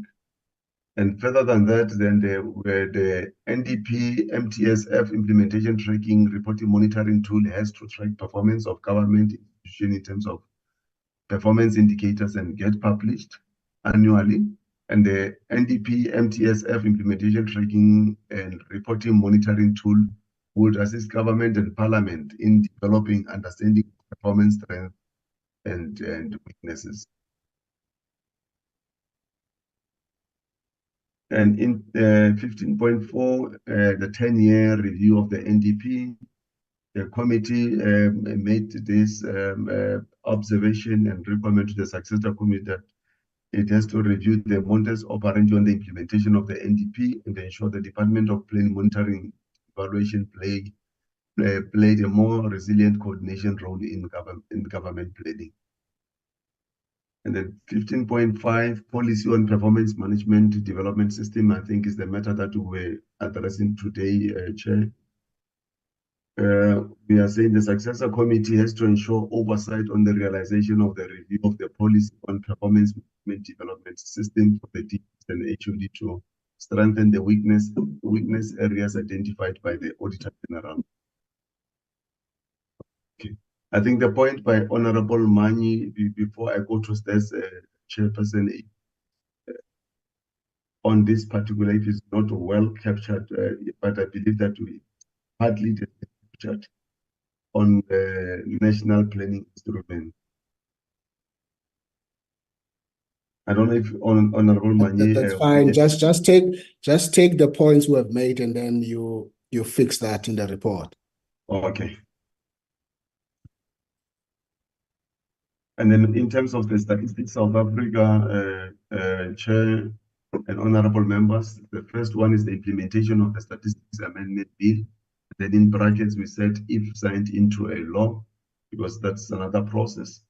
The committee is recommending to the successor committee that if the bill is signed, it becomes the law, the committee should continue overseeing the implementation of the legislation in government and changes made with regard to the lifespan of census for collection of data and compiling reliable and updated statistics.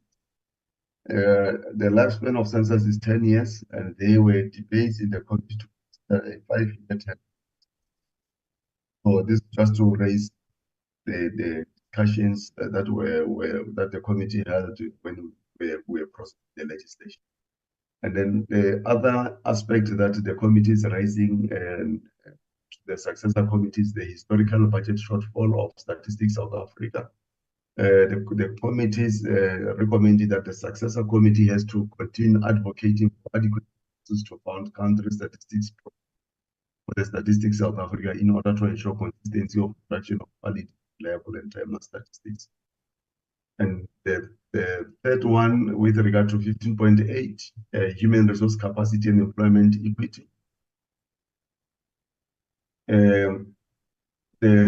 The committee is recommending to the successor committee to oversee and ensure to oversee and ensure recruitments are in line with closing the gaps on the employment equity targets at senior management. Thank you, Honorable Mani. Yeah, sorry, Chair. Just can track back up a bit. 15.8. Sorry, 15.7. Okay.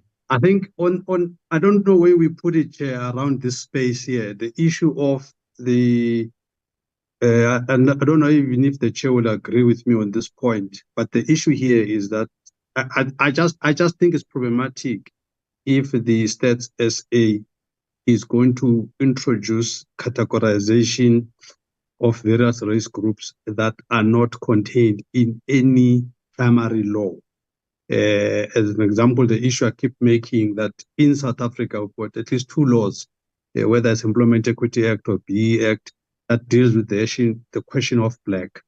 Black is a group term for Africans, colored, and Indians. There is no such thing in our laws that says black African. Now, why is it that we have a Stats SA that makes reference to black Africans? So I think this is a matter that needs to be dealt with. If it has to be black South African, it must be gazetted, then we all know what we're talking about. But there is no such a thing in law. But Stats SA, in all its reports, it uses this term.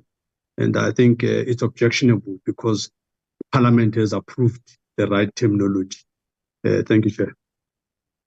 Thank you, Honorable Mani. Mr. Mwepe, I think, so because the point here is just we need to keep consistency with the Constitution and the legislation of the Republic in the work of the Stats SA. I think that point will suffice so that, because that's a key point that is being raised, that we've got to be consistent. Yeah, thanks, Chair. I think we'll cover it at a later stage, Chairperson, on that. Go ahead. Yeah, okay, Chair. And then I was on point 15.9, Honorable Chair and Honorable Members, use of technology to collect data. The committee is recommended to the successor committee to to support and ensure Statistics South Africa continue to leverage its business model tailored around use of technology with the aim of reducing cost of data collection and production of quality statistics. That's what the last point was, as you know, Chair and honorable members, the StatsSA has introduced a technology to collect data, which then is save a lot of money for StatsSA. Yeah. And then with regard to South Africa, honorable Chair and honorable members, the first point there is the reconfiguration of the brand South Africa. And then the committee is recommended to the successor committee to oversee the process. If the seventh administration will still pursue the merger between the two institutions, and both Brand South Africa and Tourism South Africa have different mandates which are not solely similar, but there is an interface in terms of their. So it's just to highlight to the successor committee this process that has been part of the sixth administration, but it has never been concluded. So 15.11, the issue of stability in leadership and management level in Brand South Africa was also highlighted. We are saying the committee says the successor committee has to ensure that the minister responsible for Brand South Africa has to ensure stability in the board of trustees by timeously appointing the board with the main purpose of providing strategic direction to the management. And then the last one is the branding and marketing the country. The committee this is recommending to the successor committee that it has to ensure oversight over programs aimed at contributing to the country's economy and attract investors for purpose of creating employment opportunities. And in conclusion, Chair, I won't read, I'll just project it, the conclusion, and then that's the end of the report. And then, if I may say, Chairperson, that it has been this report is all the legacy reports, they've got the same format. That's how then this format we got it from the committee section. So the all legacy report will look the same, but then they differ in terms of content of each and every sector has its own issues. Thank you, Honorable Chairperson and Honorable members. And the issues that are not covered, cover them at a later stage, like the ones that the Honorable raised. Thank you, Mr. Wepe. Honorable members, can we leave with this legacy report with the amendments we have made?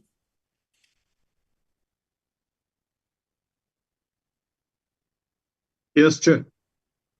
Thank you, Honorable Manyi. Any support for that?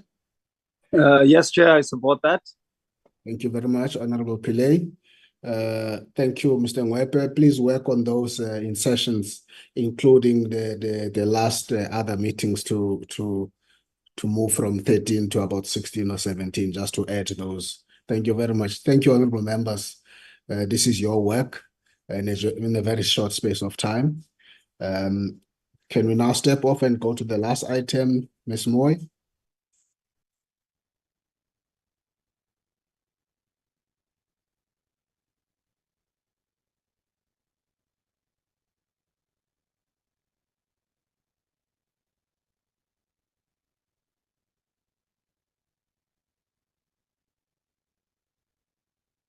Thank you, Chairperson. Chairperson, in front of us are the minutes of the 8th of December last year. I believe members have read the minutes. What I'm going to do, I'm going to go page by page. Members will then indicate if there are any errors, comments on the minutes. Chairperson, page 1 is the attendance of members. Delegation from the department. Parliamentary staff. Introduction by the chairperson. Page 2. Page 3 is the submission by Honorable Graham Mare on clause 50. Presentation by StatsSA. committee deliberations. Page 4, continuation. On page 4, there's also vote on clause 15 on the stats bill.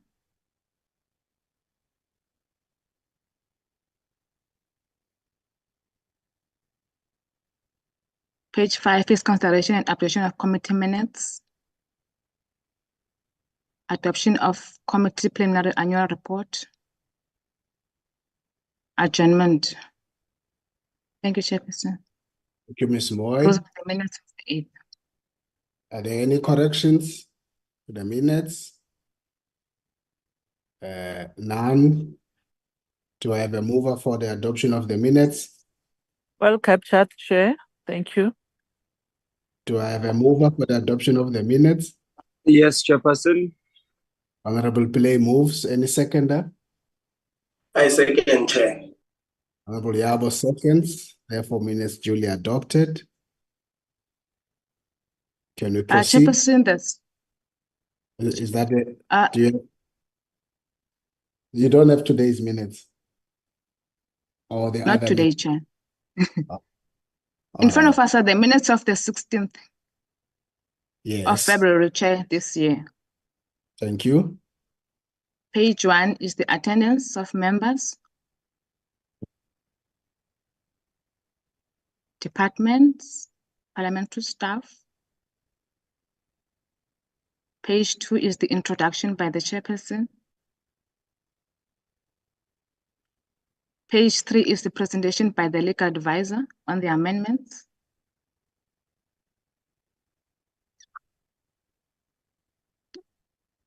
Page 4 was the adoption of the bill and the adoption of the report on the bill. The adjournment, Chairperson. Chairperson, those were the minutes of the 16th of February. Thank you. Thank you, Chair. Do we have any corrections? If none, do I have a mover for the adoption of the minutes? Mutapo, Chair, I move. Honorable Mutabo moves for adoption of the minutes. Any seconder?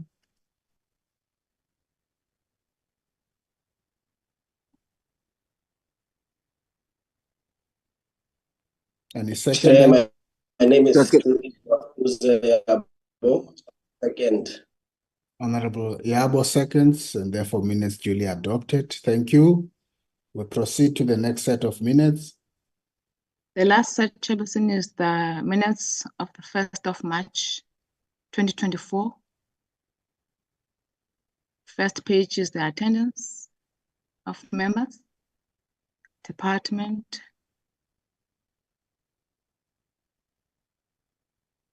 third page is the introduction by the chair.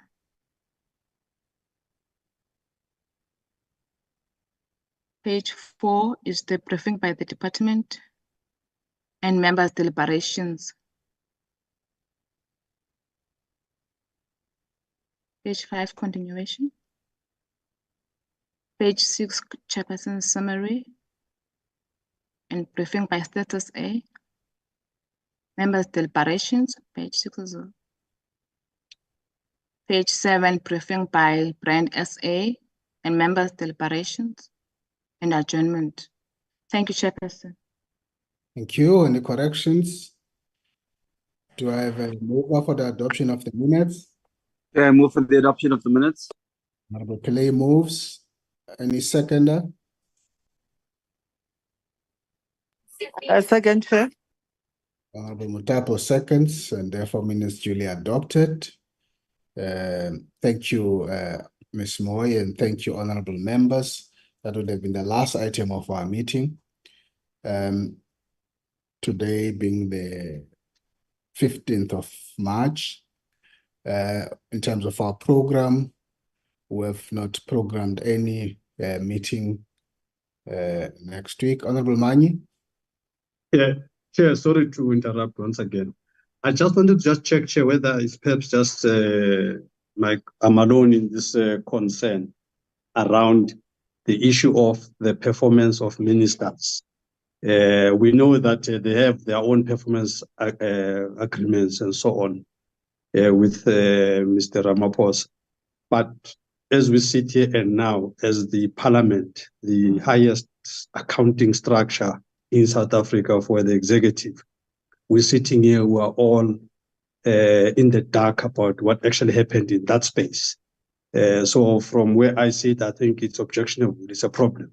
The fact that we're sitting here as parliament and we don't know how ministers have performed. We all know how DGs are performing or not performing and all of that. But what about the ministers who also have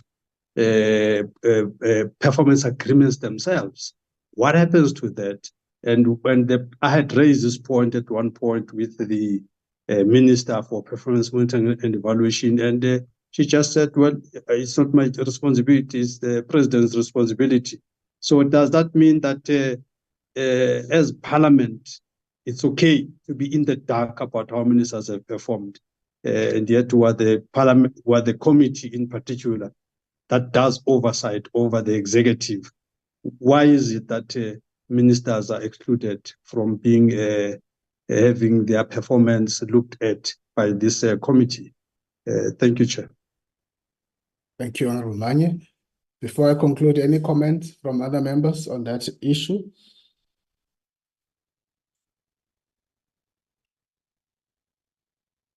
Okay, none. So we'll take note of that, Honorable Manye, and it might be something we say in our legacy report that we couldn't attend to that matter.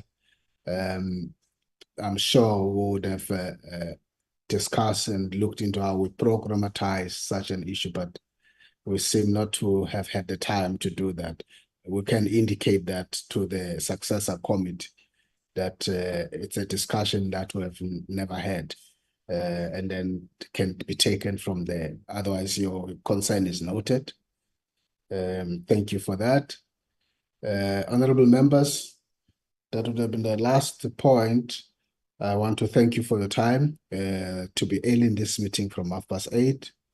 If there's any matter of urgency that would need you to come to a meeting, we will indicate that. But for now, we want to adjourn this meeting.